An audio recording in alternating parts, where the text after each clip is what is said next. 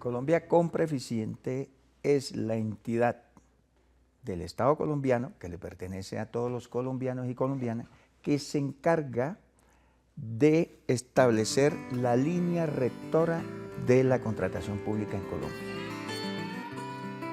Todo lo que son guías de contratación, documentos tipos, son documentos que orientan cómo se debe hacer la contratación, pero también, además de ser una línea rectora, también Colombia Compra en su tarea juega como, voy a decirlo así, el pegante entre la economía pública, que los recursos de esa economía pública, que son de los colombianos y colombianas, tienen que servir para el desarrollo y la transformación y el bienestar de una sociedad.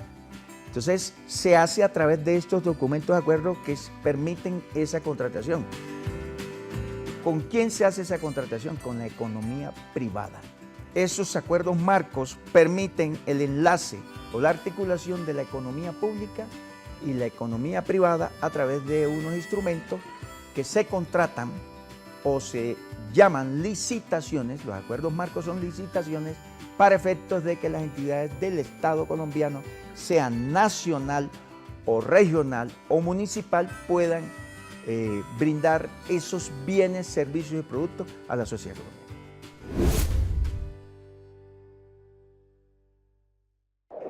No es tanto que se hagan, digamos, se cuantifique cuántos contratos se hicieron.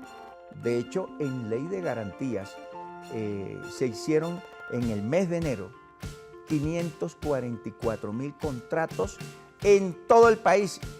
No quiere decir que los hizo el gobierno de Gustavo Petro, en todo el país. Se centraron en cuántos contratos, se centraron en cuántos fueron los montos, pero no se centran en lo fundamental de la contratación, que es hacia dónde se orienta esa contratación pública. Y ahí es donde yo aprovecho para hacer una invitación a los ciudadanos y ciudadanas de Colombia, y en particular a los medios de comunicación, que revisen hacia dónde es el foco de esa contratación, para qué se hace, igualmente cómo se hizo y hacia dónde va a impactar. En la visión de Estado que tiene este gobierno, la contratación pública está enfocada a impactar las desigualdades sociales y económicas que hay en el país.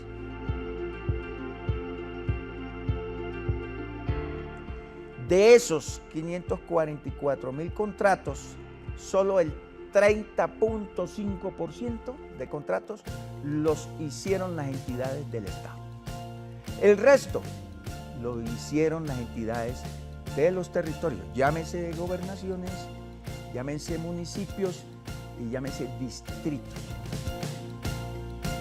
Entonces allá hay una relación que indica claramente que no es lo que decían los medios de comunicación, que el gobierno concentró toda la contratación, además lanzando cifras sin la rigurosidad técnica y científica que merece una información, lo digo con todo respeto, al país, de mostrarles cómo son las cifras realmente.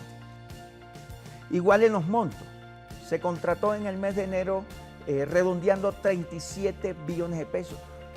Igual manera, la mayor proporción, por cada 100 pesos, 61 pesos se contrataba por parte de los entes territoriales. El resto lo contrató el gobierno nacional a través de las entidades como el del Instituto de Bienestar Familiar, el SENA, que hoy desarrollan programas en todos los rincones del país y que indudablemente la contratación tiene que ser útil para el propósito que se ha planteado este gobierno, y es el cambio por la vida, que significa sencillamente reducir las brechas de pobreza en Colombia.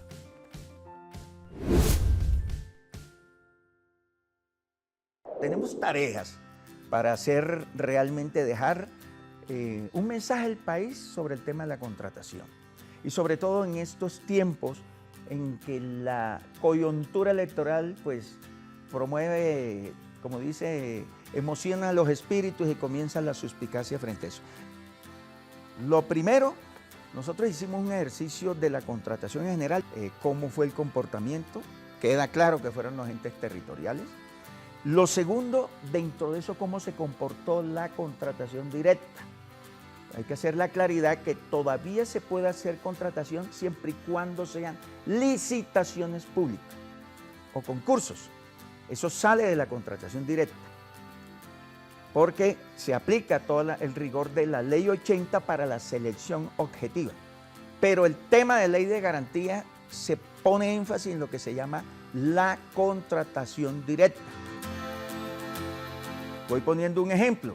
Los contratos interadministrativos es digamos, un componente de esa contratación directa. Lo que llaman las OPS, las órdenes de prestación de servicios, esa es una manera de contratación directa. Yo tengo datos que hemos ido sacando de cómo se ha comportado esa contratación directa,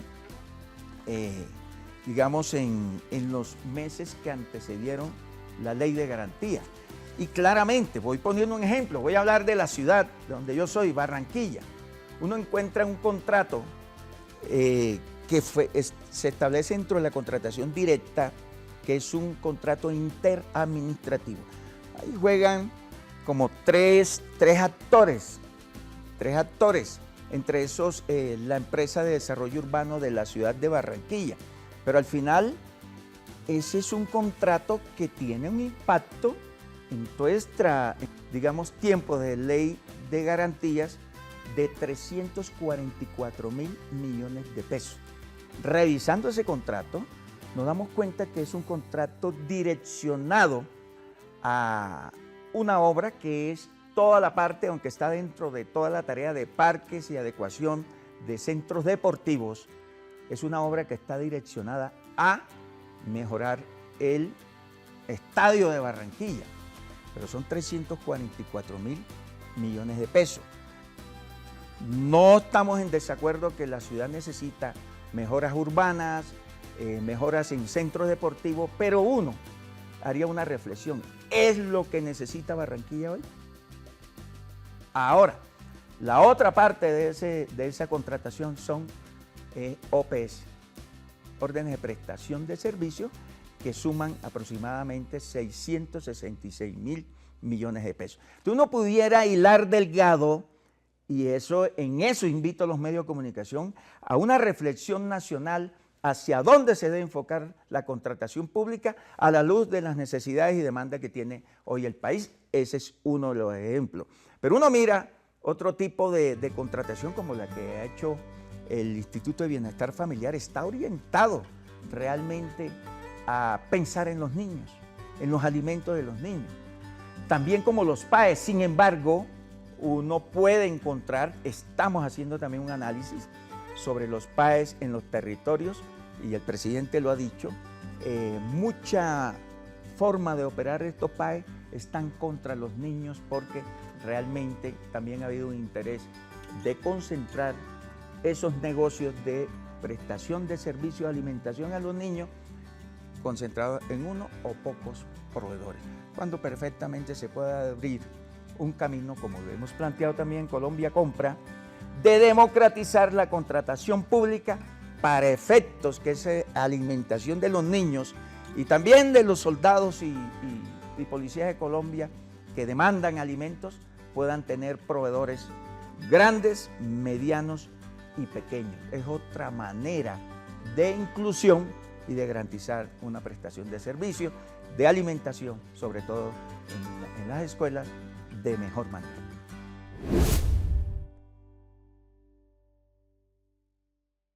Esa es parte de la misión que nos puso el pueblo a través del Plan de Desarrollo y de la tarea que nos pone el presidente de la República, Gustavo Petro, de incluir en la contratación pública a otros actores que han estado excluidos históricamente de la contratación pública y que nos han llevado a que la contratación pública sea sencillamente un monopolio de unos pocos que se han enriquecido en Colombia y que no han permitido que otros participen de esa contratación pública para generar riqueza de verdad, en la medida que Si uno permite que otros actores jueguen esa economía, pues activamos incluso hasta la economía en los territorios. Porque la concentración de la contratación pública en Colombia, primero quedó en pocos actores. Yo encontré, y todavía sigue siendo, lo digo así con toda la claridad, en Colombia Compra Eficiente, que habían una especie de dueños de la entidad, que siempre son los que se ganaban y estaban presentes como proveedores en los acuerdos marcos. Hoy le estamos diciendo no que no participen, sino que también entiendan que otros actores pueden hacer parte de esa contratación. Entonces, en la medida que vamos democratizando la contratación pública, vamos rompiendo ese nudo, diría yo, dañino de los monopolios en la contratación en Colombia.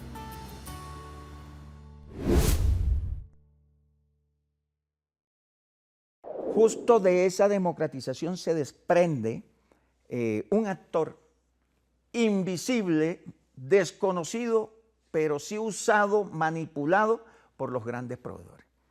Estoy hablando, voy a poner un ejemplo, los campesinos de Colombia, que son los que cultivan el plátano, la yuca, en fin, todos los productos alimenticios que nos llegan a la mesa de cada uno de nosotros en las ciudades, ellos realmente, que son los que la sudan y siembran, le ponen todo el amor a esos cultivos, terminan siendo los más afectados en materia de todo ese circuito económico de la compra y venta.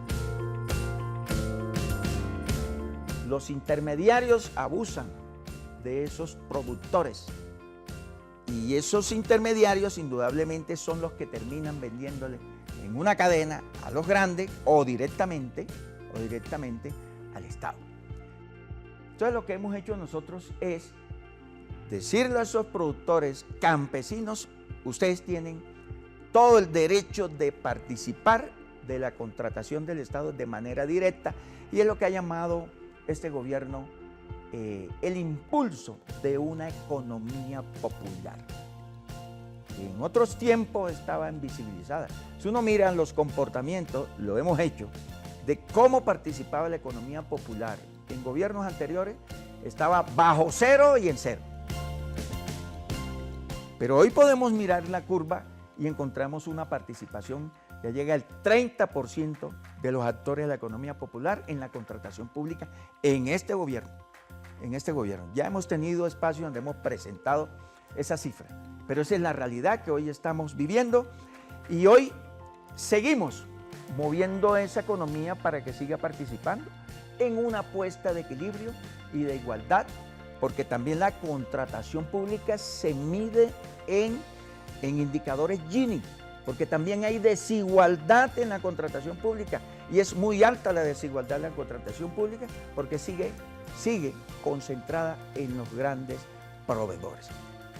El mensaje es, por supuesto que necesitamos grandes proveedores, pero necesitamos a esos grandes proveedores, necesitamos digamos, proveedores medianos empresarios, pero necesitamos una economía popular que también juegue de titular en la contratación pública en Colombia. Mi mercado popular fue un camino ya en house que nos planteamos desde Colombia Compra. No fue idea mía, fue idea de los otros directores que estuvieron en la entidad, de poder tener una plataforma también tecnológica que le facilitara el acceso a la economía popular. Lo que hicimos nosotros fue, ya entrando, lanzarla, y esa plataforma tiene que ir cogiendo los mayores bríos durante el 2026, porque realmente es una plataforma hecha para facilitar la contratación de la economía popular, que no tiene el rigor que tiene la plataforma del SECODOC, que es un poco más compleja para que la entienda el pueblo colombiano, pero ya creo que en Colombia ya hay muchas personas, sobre todo de la economía popular, que ya saben cómo manejar el SECO. El acuerdo marco de alimentos que lo hemos llamado el Acuerdo Marco de la Soberanía Alimentaria, de la Paz y de la Integración. ¿Por qué? Porque este Acuerdo Marco va orientado a los grandes proveedores, a los medianos, pero fundamentalmente a vincular esa economía popular. Un país y un acuerdo marco que activa la contratación, por supuesto, eso se revierte en la activación económica y la producción de alimentos en los territorios. Entonces, hemos dado ya varias capacitaciones y tenemos una, a mí me gusta mucho. Nos buscaron organizaciones como los baluartes, entiendo que tienen una confederación, y estos días tenemos una capacitación con muchas organizaciones también de la economía popular que se han federado y se han confederado. Y lo que nosotros queremos entregarles es el conocimiento para que sepan cómo participar, sobre todo en este acuerdo marco de alimentos, porque la mayoría son campesinos.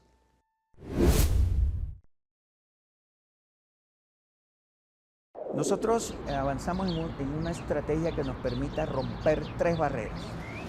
La primera es la barrera de acceso. Y el acceso lo vemos como la falta de conocimiento. Ese es uno. Ni yo sabía que era Colombia Compra Eficiente. El pueblo no conocía esta entidad. Entonces lo primero que hicimos fue dar a conocer esta entidad, una pedagogía de lo que significa Colombia Compra Eficiente y cómo contratar el Estado. Hoy tenemos registros, de acuerdo a las metas que se estableció Colombia Compra Eficiente, que pueden hablar hasta el 2025 de un poquito más de 200.000 personas, entre esos campesinos y campesinas, gente de las ciudades de economía popular que hoy conocen que es Colombia Compra Eficiente. Pero no basta simplemente de que conozcan, sino que activemos o movilicemos esa participación para que contraten. En ese sentido, hay que facilitar, eso es parte de la barrera de acceso que las entidades hacen. Y es que ponen unos requisitos, por supuesto, a la luz de la ley. La ley 80, que es el Estatuto de Contratación Pública en Colombia, es habilitante para los que saben, los grandes proveedores, pero es restrictiva para los pequeños. Esa ley tiene que cambiar.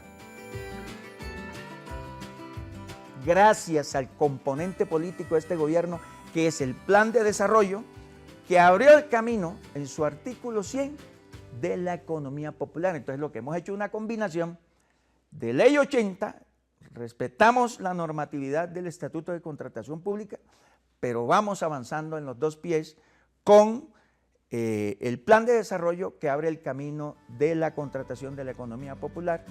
Y en ese sentido, lo que hemos hecho nosotros es un ejercicio nuestro para entender esa economía y permitir flexibilizar los requisitos. Usted no le puede poner una serie de requisitos que realmente no alcanza a cumplir. Entonces, como quien dice, vamos formalizando, pero vamos siendo flexibles para que esa economía pueda participar, y en eso hemos hecho una tarea, no solo nosotros, en articulación con otras entidades que entienden del gobierno nacional, que han entendido la importancia de que esa economía popular participe como actor y como primera línea en la economía de Colombia. ¿Qué pasaba? Uno podría decir que antes, cuando se hacían los acuerdos marcos, entonces el monopolio que llegaba y contrataba o quedaba seleccionado en el acuerdo marco, seguía ahí contratando con el Estado 2 años, si se prorrogaba 3 años, incluso hasta 4 años. Yo encontré 2 empresas que proveían medicamentos, 2. Cuando en Colombia la industria nacional, esa que sí genera empleo, produce el 80% de los medicamentos que se consumen en Colombia, los producen la industria farmacéutica nacional. Y la lógica, y permítame también decir esto, es que muchas veces los recursos públicos salían, el otro 20% salen a comprar medicamentos que vienen importados. Entonces uno dice, bueno, ¿por qué nada más 2 proveedores ya cuando existe toda una industria, laboratorios que pueden proveer directamente al Estado colombiano? Y hay un poco más, bueno, la cifra se me escapa ahora, de gestores farmacéuticos en Colombia. Son muchos. Entonces, ¿qué había ahí? Una concentración de unos proveedores que tienen unos señores que son los dueños. Vimos que ahí había un tufo a colusión en ese acuerdo marco. Y fuera de eso encontramos incumplimientos. Fuera de eso encontramos, digamos, una negación a cotizar de una de las empresas. Entonces lo que entendimos es que este se negaba para que el otro presentara. Entonces al final le hicimos seguimiento a eso y sobre la base de la norma, nos dimos cuenta que ese acuerdo marco no podía seguir y terminamos ese acuerdo marco.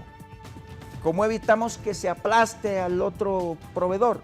Lo evitamos en la medida en que generamos también sistemas dinámicos y es que ya no es el que llegó, se le toma una foto y queda por 2 años, 3 años y 4 años. No. Nosotros en los sistemas dinámicos abrimos ventanas, que significa que el que no va cumpliendo va saliendo, pero va oxigenando la dinámica del mercado, van entrando otros. Entonces se va perdiendo esa lógica del privilegio, si lo queremos llamar así, de unos proveedores excluyendo a otros.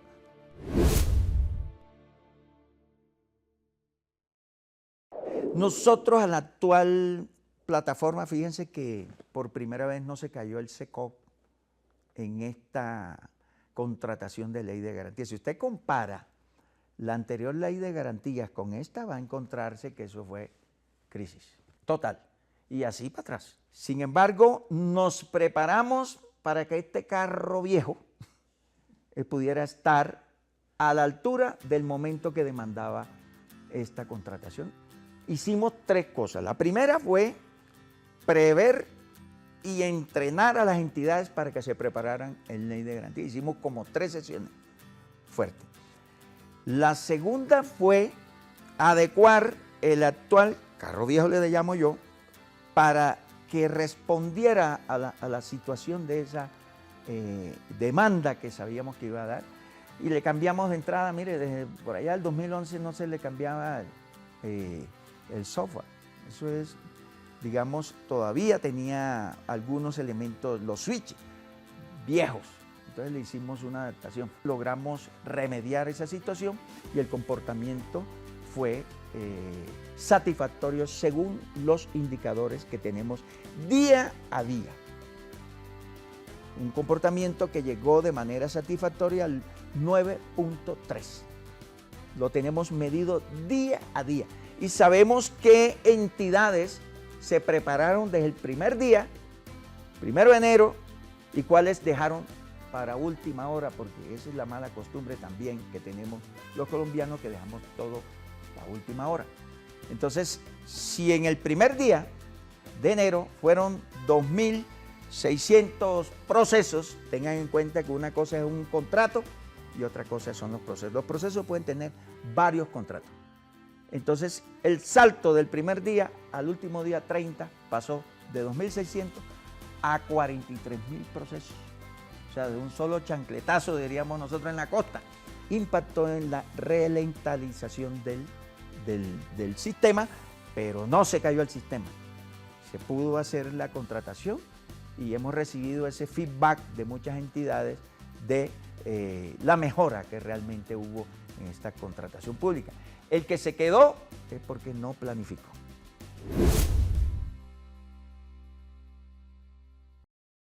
Yo encontré una entidad, yo digo que la entidad más neoliberal que hay en este país se llama Colombia Compra Eficiente. Y esa ideología neoliberal solo piensa que el Estado debe ser chiquito y que lo que tiene que ser grande es el mercado, o sea, lo privado. Entonces, ¿qué pasa? Que piensan que todo se tiene que tercerizar. Entonces, ya hay un cambio de la contratación pública. Entonces, democratizar es todo lo contrario a monopolizar. Primera ruptura, estamos apostando a una desmonopolización en Colombia a partir de una democratización. ¿Ya? No decimos porque nos da la gana de... No, es decirle a los grandes empresarios, hey, democraticen, ustedes tienen derecho a comer, pero hay otros que también tienen derecho a comer. Lo dirían de otra manera, a la tajada de la contratación que tiene el Estado colombiano. Eso es lo que estamos diciendo. Entonces, un antes y un después en la democratización. Pero también, en términos de la transparencia, es un antes y un después. Han intentado escupirle a este gobierno temas de corrupción. Pero la corrupción se da cuando hay mucho monopolio. Y resulta que si usted democratiza, garantiza mayor transparencia. Quita hasta malas costumbres que encuentra uno en las entidades, porque es que esto es toda una cadena. El gran proveedor busca cómo incidir dentro de la entidad y termina comprando funcionarios. A eso nosotros le hemos puesto el ojo. Y muchos funcionarios nuestros han tenido que irse sencillamente porque se pusieron a las órdenes del gran proveedor y no se pusieron a las órdenes de hacer una historia distinta como lo ha planteado el presidente de la República y como nos mandó el pueblo a través del Plan de Desarrollo.